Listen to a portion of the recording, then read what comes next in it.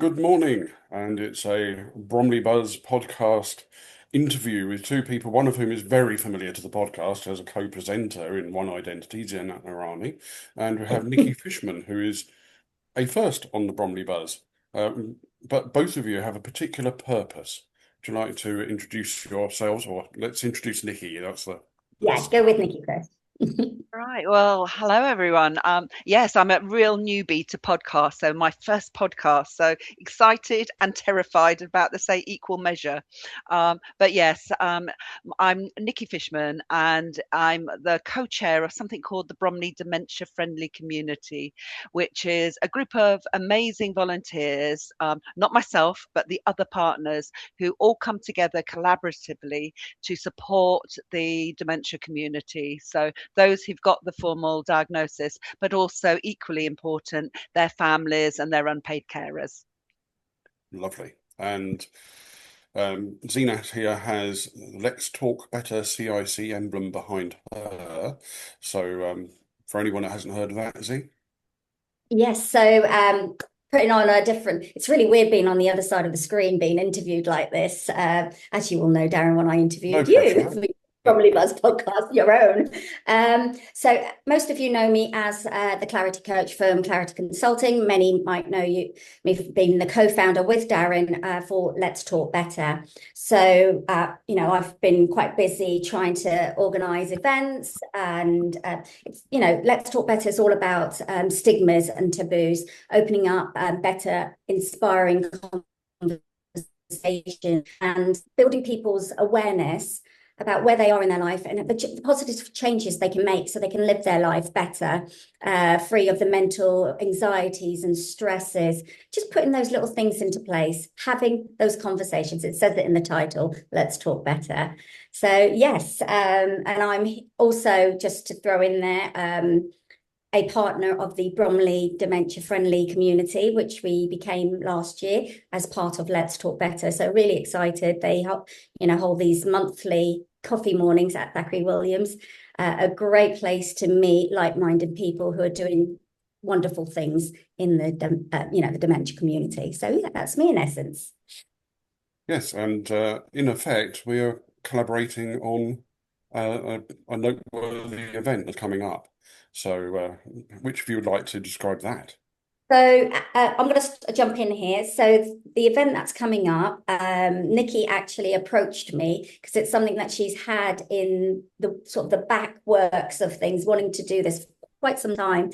And because of what Let's Talk Better stands for, she approached me to say, you know what, this would be really great if we could collaborate together because it's again opening up conversations around dying. So dying well matters. And the one thing is that we know is that we talk about births, we talk about well-being, we talk about weddings, retirements, holidays, all our wonderful future plans and things.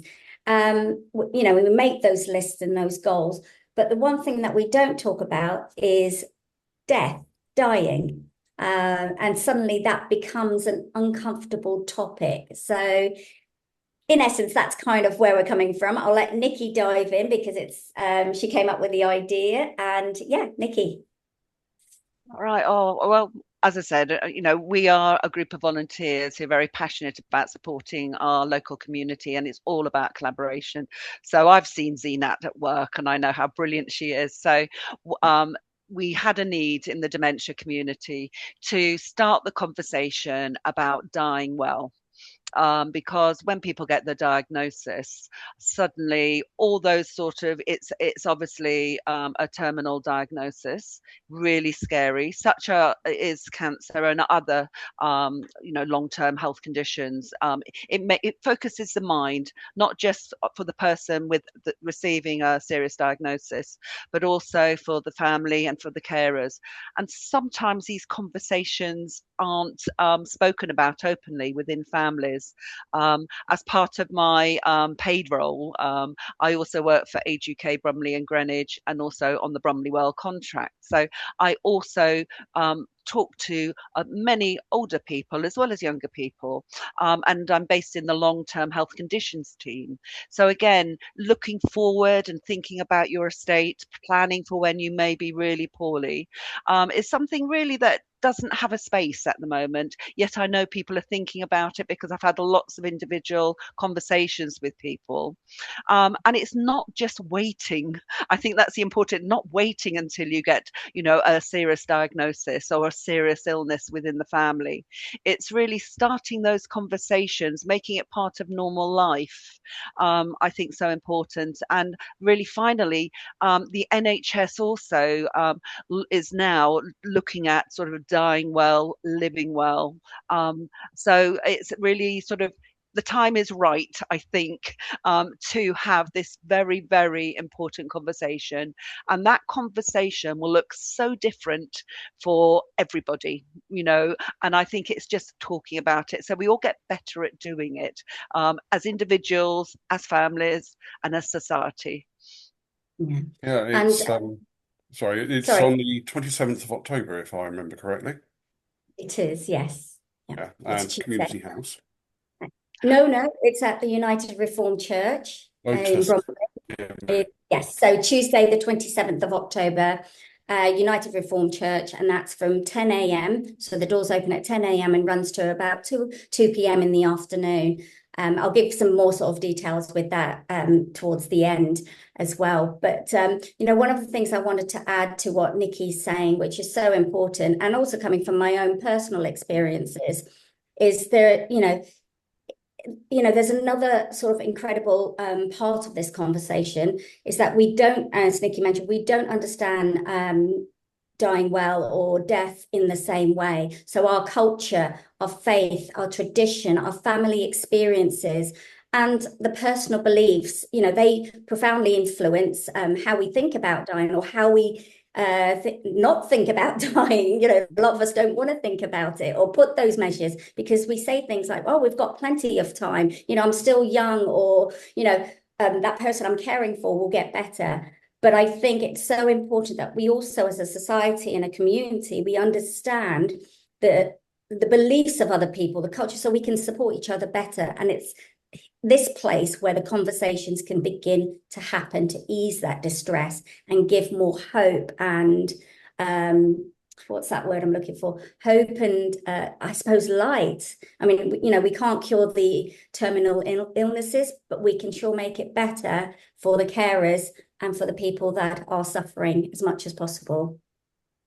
Yeah, it's very interesting when we've been talking about this that we're looking to draw in people of different faiths or indeed non-faiths. Because talking about the culture, there's lots of cultures. The principal way of looking at death is to kind of hush it up, frankly. And when you consider historically the way that people such as the Egyptians and the Greeks, the Romans, and other people kind of venerated death, made huge preparations, at least for leaders, if not the public. It's varied over time so much. It's a fluid thing. But we have an aging population as well. So that partially makes it topical. And when you throw in the rise of dementia, Alzheimer's, and other conditions that debilitate old age, then it's becoming a very important thing to be having. I'm really glad it's happening. Yeah. I mentioned it being a personal thing for me, and, that there are sort of early on signs with my mother. But thanks to the network I have, thanks to Nikki and the exposure and the contacts, I've learnt about these things. And therefore, I've been so much more informed to understand how to go about understanding dementia better, to look out for the signs and what possibilities, or where to even go. Who do I ask for support and help? So I think, this is fundamentally, it is at the right time. You've said it as well. We're an aging population. We're living longer. So yeah, it's timely. And I think you sort of touched on it, Zeenat. I think it's about also getting that practical advice. So I think, talking about sort of the wills and lasting powers of attorneys, and also what support is out there for people. And it's even, your digital cleanup. What do you do, when a loved one dies? So, and myself, I haven't got a long-term health condition, but nobody knows what's in the future. So I have a note to myself: I must sit down, I must give my family access to all my passwords for my accounts and things, and it's those sorts of things which just make people think, and it will be very personal for each individual. And it's just sort of starting that conversation, getting that practical help now, and those pointers, so that you can sort of plan in a positive way and take control. We all know we're going to die. We've known that, really sort of, through our lives. It's sort of come in, but actually we're probably least prepared for that part of our lives. And it's really, maybe we need to sort of sort it out in a very, and again, it will be different for different people, but maybe there's an opportunity to sort it out and then carry on living well for how long everybody's got, and it will vary, and none of us really know. So it is important. So Well, again, this event is so timely. I think that's the important thing. And I think I you think said the key word there, control, isn't it? Taking Mm. control of the things we can control. And I do a lot of that within my coaching practice. Is like, there are things in life that we cannot control and that we get so overwhelmed and stressed about it. Let's start now by taking control of all those little elements. And they're not little, actually, they're big things, about speaking to the right people, getting your will in place, knowing where your digital footprint is. And funny enough, I had a conversation only yesterday with somebody, and they were saying to me, hopefully they'll come on board for the event as well. And she was saying, my children know exactly where everything is. She calls it my death box. That's what she's called it. You can call it whatever you want, but she's made it clear it's her death box. And in that box, all her children know what's in there: wills, passwords, digital, you name it, it's all there. So they are prepared and don't have to worry when she passes on. And she's not got a terminal illness, by the way. It's just planning for the future. And I think it's also another a way of showing your care and your love for your family. And I think it's a positive thing to do. I'm looking at it. I haven't done it yet, so I'm really guilty, and I've been thinking about it for far too long, and I still haven't done it. I'm tempting fates, So, but I do think, we don't want this to be a morbid event at all. This is we want it to inspire people, to support people, to gently maybe challenge ourselves to think, okay, I need to do this. Maybe it's an important conversation. And I mean, I'll give a personal example, as well, in sort of in my family, sort of, some distance to the relatives, where I know somebody's got, had a really serious terminal diagnosis. And I thought, because we all came from a similar sort of culture, that actually, like me, I'm too open. I go the other way. My family will say I'm too open. They know, and I won't give an example of that now, but yes, believe me, I'm probably the other way.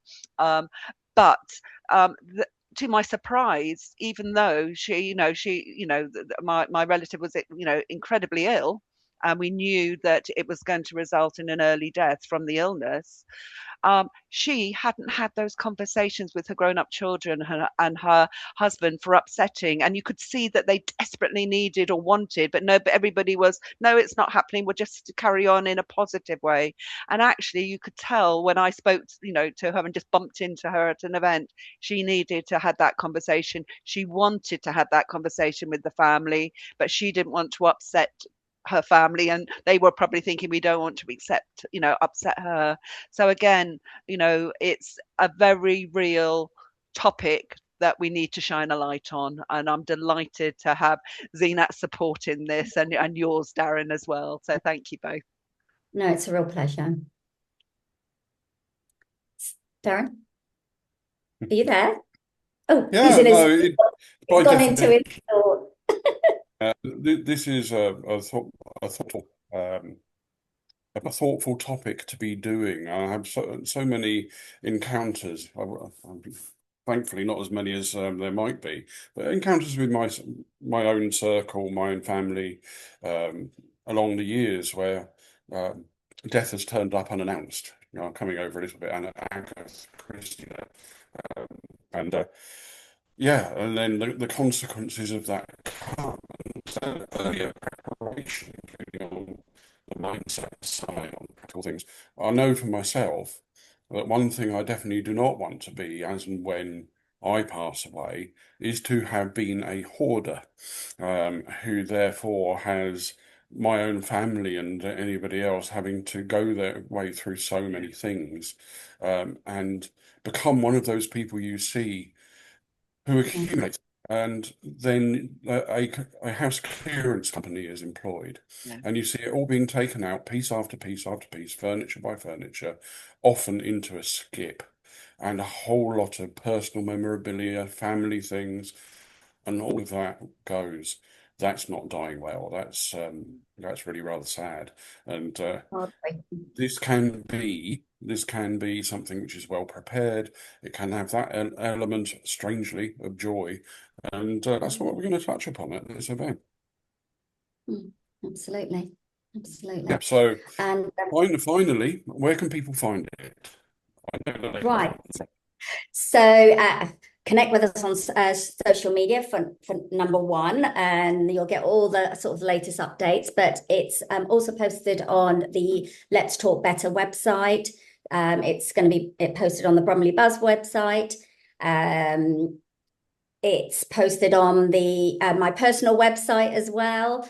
There's also a link. I've just recently written a blog as well, so you can find the link and the information through the blog that I've just written a couple of days ago.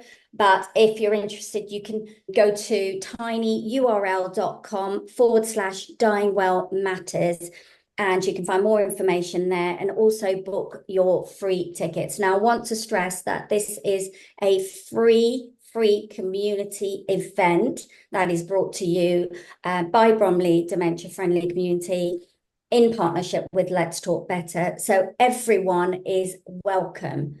Okay, we would just love you to book your tickets so we know who's coming in, so that we can also keep you notified and up to date if anything is happening or if there are any slight changes. It's going to be a great event. We've got a lovely lineup of speakers. We'll have a panel discussion as well. There'll be time to mingle with all the different exhibitors that will be there, as Nikki has mentioned, from solicitors to home care to palliative care, you name it, they'll be there. Plus, we're hoping to have, we're sort of still in the final works, at least two mini workshops that will give you that experience of perhaps around the well-being mindset side of things, and also putting something into place. So all we want is for everyone to come together, come and listen, come and learn, come and ask questions, right? Because there's going to be someone near you that you care for, or you have a friend who might be struggling, so you can pass on those informations, and we just want to open up those conversations. Okay, well, I'm going to close with a conversation, or I'm going to put both of you on the spot. You don't have to provide an answer to this, though, but one of the things I remember from going to funerals and the celebrations of people's lives afterwards is the way that either the family or the person themselves picks the songs that are played at the funeral. And there's so much variety in these, from things which are sad to memorable, or are really quite jolly. So for me, if I was going to choose a theme tune for this event, personally, I'm going with Staying Alive by the Bee Gees. Do either you have a song you think might be a bit of fun for the event? Or not fun even, just appropriate?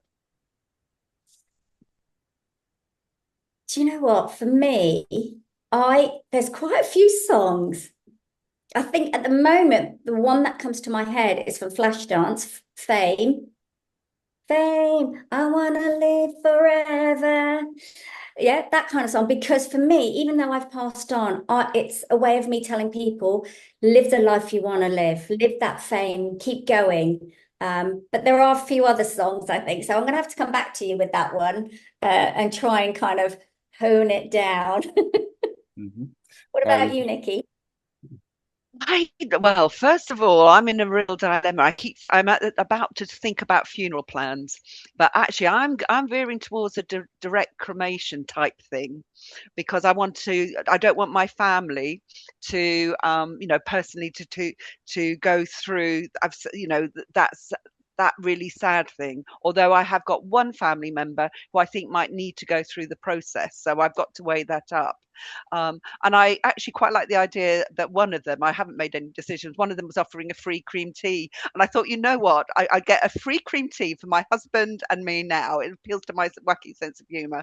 So we could go out, having brought our funeral plans, we could literally go out and have a lovely memory now while we're alive of 2 cream teas. So my family would then, remember when mum and dad got there, Nikki always wants a bargain and she got her cream free tea, and then come back for a celebration with things. But I know my husband was saying that, and again, being cremated, he was thinking great balls of fire, because again, he's got a very, very, very so that, this is a family. He's a journalist. He's got a very sort of warped sense of humor on that.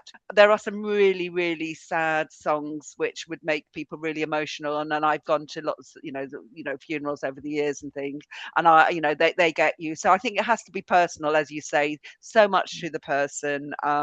But I'm the sort that is always, look on the bright side of life and things like that, because I would try to care for the people in that room who may be sad, hopefully, are going to miss me. So, so I'd want to just lift their mood a little bit. So I would probably have something with a little bit of humour, I think, if I was choosing a song, Darren.